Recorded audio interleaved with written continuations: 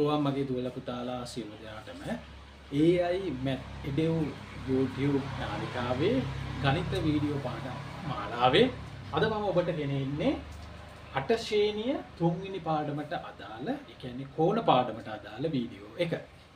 එහෙනම් අපි ඉගෙන ගමු මොකද්ද මේ කෝණ පාඩම කියලා. ජ්‍යාමිතියේදී අපිට ඉතාම වැදගත් වෙනවා කෝණ හඳුනා ගැනීම. අපිට ගණිතයේදී ලැබෙනවා සුළු කෝණ. සුළු කෝණේ හඳුනා ගන්න රූපය තමයි මම මේ දක්වලා තියෙන්නේ. කොහොමද අපි සුළු කෝණයක් හඳුනාගන්නේ? මෙන්න මේක තමයි සටහන. විශාලත්වයේ අංශක 90ට වඩා අඩු වෙන්න ඕනේ. ඒ කියන්නේ මෙන්න මේ මම කොළ පාටින් දීලා තියෙන විදිහට බුදුලා පුතාලා මතක තියාගන්න. කෝණය අංශක 90ට වඩා අඩුයි නම් අපි කියනවා එවැනි කෝණයක් සුළු කෝණයක්. මෙන්න මේ වගේ කෝණයක්.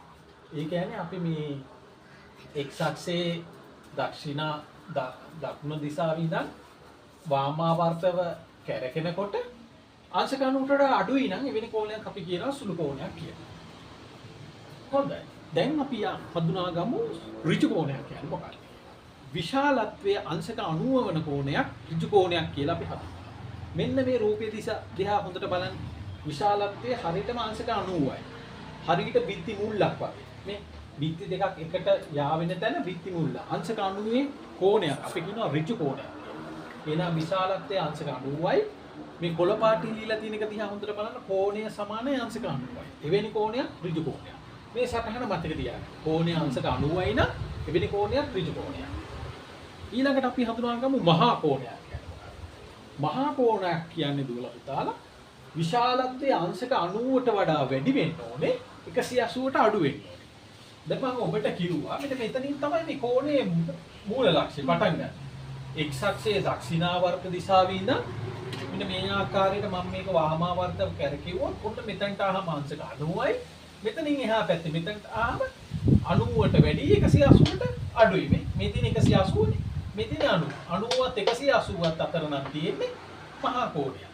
එහෙනම් මේ සටහන මතක තියාගන්න. යම් කිසි කෝණයක් අංශක 90ට වඩා වැඩි නම් ඒ වගේම අංශක 180ට වඩා අඩුයි නම් එවැනි කෝණයක් අපි කියනවා මහා කෝණයක් කියලා.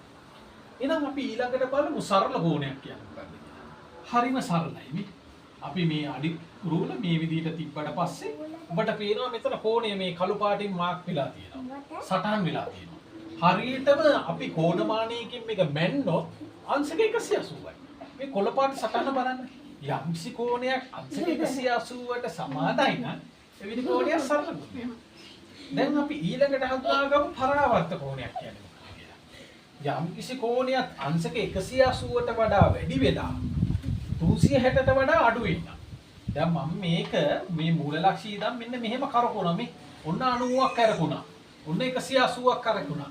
ඔන්න 270ක් කරකුණා. ඔන්න 360ක් කරකුණා.